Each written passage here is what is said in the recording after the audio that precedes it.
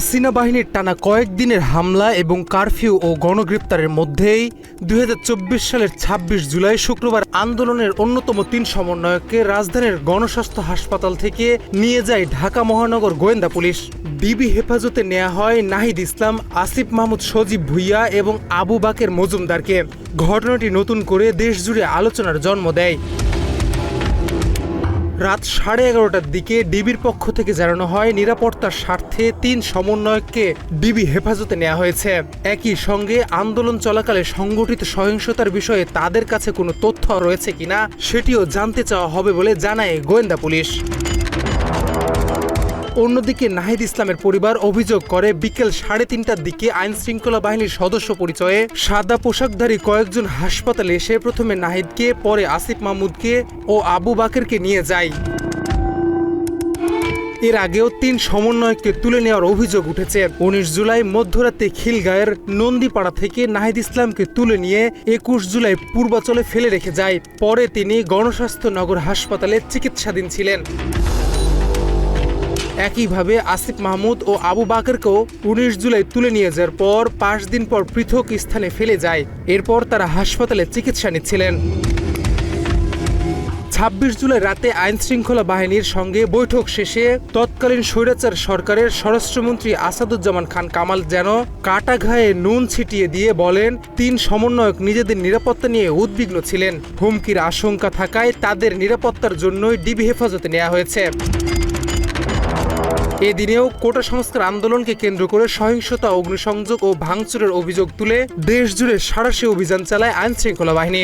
রাজধানীর বিভিন্ন এলাকায় বিশেষ অভিযান বা ব্ল্যাক রেড পরিচালনা করে পুলিশ।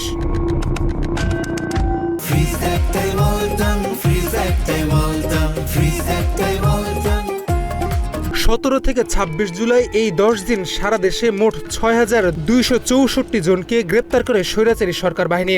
এর মধ্যে বৃহস্পতিবার রাত থেকে শুক্রবার দুপুর পর্যন্ত গ্রেপ্তার করা হয় ৭৬৫ জনকে। শুধু রাজধানী থেকে গ্রেপ্তার করা হয় ২০৭ জনকে। ঢাকায় মোট গ্রেপ্তারের সংখ্যা বেড়ে দাঁড়ায় ২,৪১৬ জনে। একই দিনে ঢাকার বাইরে ২২টি এবং রাজধানীতে আরও ৮টি নতুন মামলা হয়। ফলে ঢাকায় মোট মামলার সংখ্যা দাঁড়ায় ২০৯টি। অবস্থা বেগতিক বুঝে কোটা আন্দোলনের নিহত বেগম রোকেয়া বিশ্ববিদ্যালয়ের শিক্ষার্থী আবু সাঈদের পরিবারকে আর্থিক সহায়তা দেয় বিশ্ববিদ্যালয় প্রশাসন। রংপুরের পীরগঞ্জে গিয়ে তার বাবা মার হাতে ৭.৫ লাখ টাকা চেক তুলে দেন।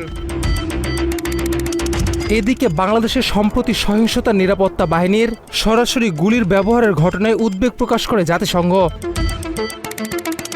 এর মাঝে সিলেট শাহজালাল বিজ্ঞান ও প্রযুক্তি বিশ্ববিদ্যালয়ের প্রধান ফটকের নাম পরিবর্তন করে শহীদ রুদ্র তরুণ নামকরণ করে আন্দোলনকারী শিক্ষার্থীরা। একই দিনে ঢাকাসহ বিভিন্ন জেলার সংঘর্ষে আহত হয়ে চিকিৎসাধীন আরও ৩ জনের মৃত্যু হয়। এ অবস্থায় বিএনপির মহাসচিব মির্জা ফখরুল ইসলাম আলমগীর গণগ্রেপ্তার ও বিরোধী নেতা কর্মীদের উপর দমন পীড়নের অভিযোগ তুলে সরকারের পতনের ১ দফা দাবিতে জাতীয় ঐক্যের আহ্বান জানান।